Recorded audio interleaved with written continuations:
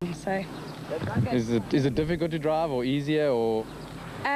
Because there are a lot of gates and drifts here, so you have to get into the corner and go through easier, but it's heavy, so it's hard. You brake slower and come out quicker, so it's difficult. For now, it's difficult. With 2/3 of the rally behind them, stage 9 was the last lengthy stage with a distance of 22 kilometers. Despite using all the road available, Habicht knew that keeping Damso at bay to the end would be difficult. Damso, always at his best when chasing from behind, could now smell victory and took a commanding 15-second win on the stage. Keane was trying as hard as ever, perhaps even too hard, as he ran very wide on the corner's exit. He needed to take a large chunk out of Habicht's lead on this stage to close the 16-second gap, but failed to do so, finishing 2 seconds behind his title rival.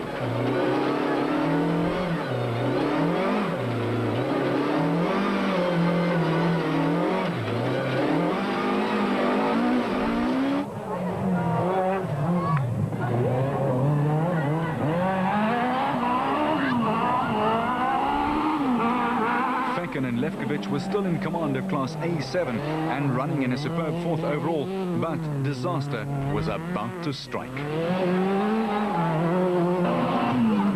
Despite trailing Fecken, Lawrence had not given up hope on victory and was driving superbly, mixing sheer pace with his trademark smooth style. Fecken's rally came to an abrupt end in the wheat fields. He explains what happened. We see you rolled. What happened? We were going through this farmyard, and as we got through the second right-hander, the side shaft broke, and I wasn't fully concentrating, and we hit a rock on the left-hand side, and we just went over. Okay, so that's it. Yeah, but I think with the side shaft, we wouldn't have finished the stage in any case. Fecken's demise moved Berger and Swanepoel up another place into 4th overall, and for the first time during the day, they eased their pace a little to ensure that they made it to the finish line.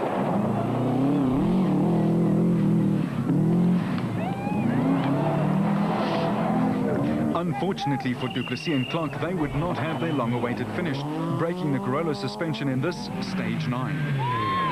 Habicht had the bit back between his teeth for stage 10, nearly running into the fence. Such was his commitment into the corner. Against expectations, he won the stage, taking 1 second back from Damso, and more importantly, stretching his advantage over Keane by another 5 seconds.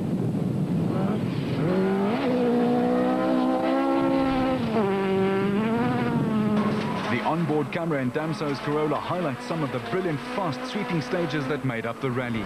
It's a joy to sit back and watch the multiple champion at work. Note the relaxed dress code, though.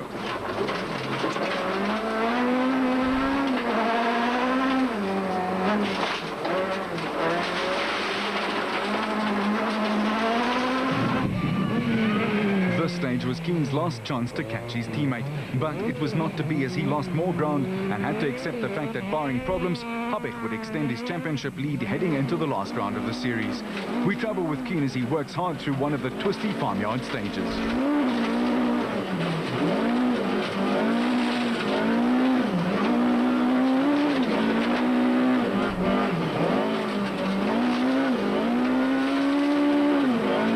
Lawrence was now in a safe class lead and headed for maximum points to put him right back in contention for championship honours.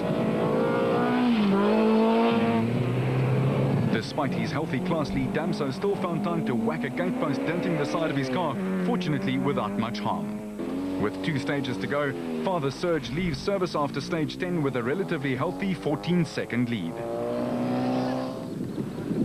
Stage 11 almost saw the demise of Habicht and Judd. They clipped a tree stump, stalled and half-spun the Golf shortly before coming into shot, damaging the suspension in the process.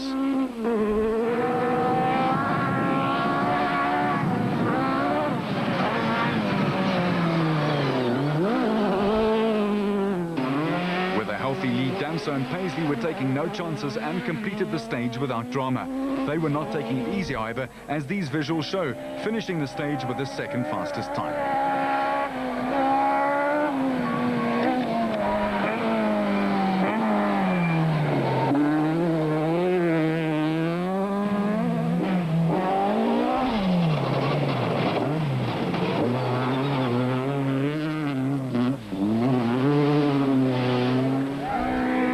photorealistic chance of winning, and unaware of Habich's dramas, Keen and Aries were having a final hurrah on the last gravel stage of the rally. Winning the stage by 5 seconds seemed to sum up their event. Blinding quick one stage, out of sorts the next.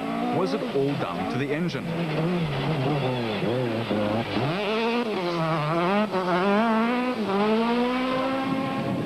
Lawrence and Vermeulen were also not hanging around in the final gravel test, setting fourth fastest stage time in the Team Toyota Corolla.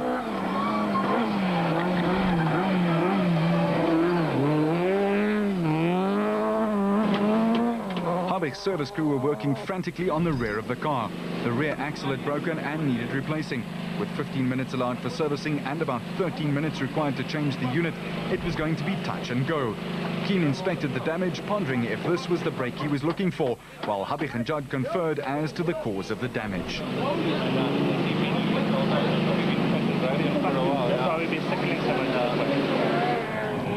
Van der Walt and Burrows were still ploughing on despite a myriad of problems. After a poor stage 9 where they lost 4 minutes, they were now 8 minutes behind Lawrence and Vermeulen, but still hanging on to second in class. Burger was on par with the times of his class opposition on this stage, but with a comfortable 3-minute lead over Porter, he wasn't taking any chances.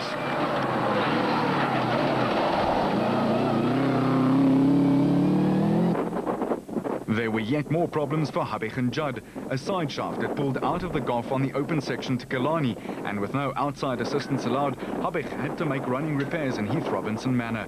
Fortunately for him, the stage was delayed by 6 minutes, giving him time to complete the repairs. Back on track, he was up against Damso once again. The latter was motoring and used his track experience to pass Habich with a neat move around the outside at Malmesbury Corner.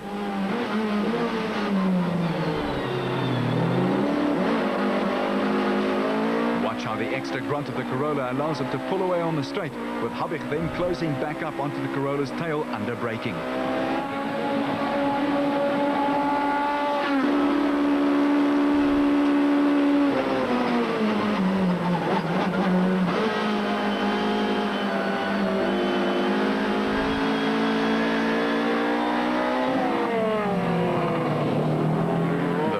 This stage saw up to 5 cars on the track at the same time, making for some interesting dices that resembled more of a production car track race than a rally.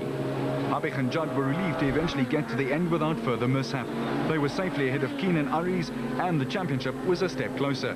Even more relieved were Damso Jr. and Vermeulen. Their Toyota's engine gave up the ghost on the final stage, and they were forced to crawl across the line. Versace also had to complete running repairs on the stage after his car's bonnet flew open and smashed the windscreen. Smiles and a handshake for deserved winners Damso and Paisley, their first win as a driver-navigator combination. Saville and Harris were still going in the Subaru despite their earlier gear selection problems, as were Puerta and Gierke, who were now up to 6th overall. Meanwhile, Versace had had enough of the bonnet flying open and decided it was time to get rid of it once and for all. Italians Nicholas Ryan and Brian Cahill had put in a steady drive to finish 12th in their privately entered Subaru, but watched behind as all hell breaks loose when Zulu ran wide onto the dirt. The track racer controlled the car well, but the incident unsettled De Witt, who spun in sympathy, much to the delight of the crowd. In the end, it was a long overdue win for Damso, but more importantly, Habich finished ahead of Keen. Burger and Swanepoel were also relieved to see the finish, while Lawrence scored his 3rd-class win on the trot.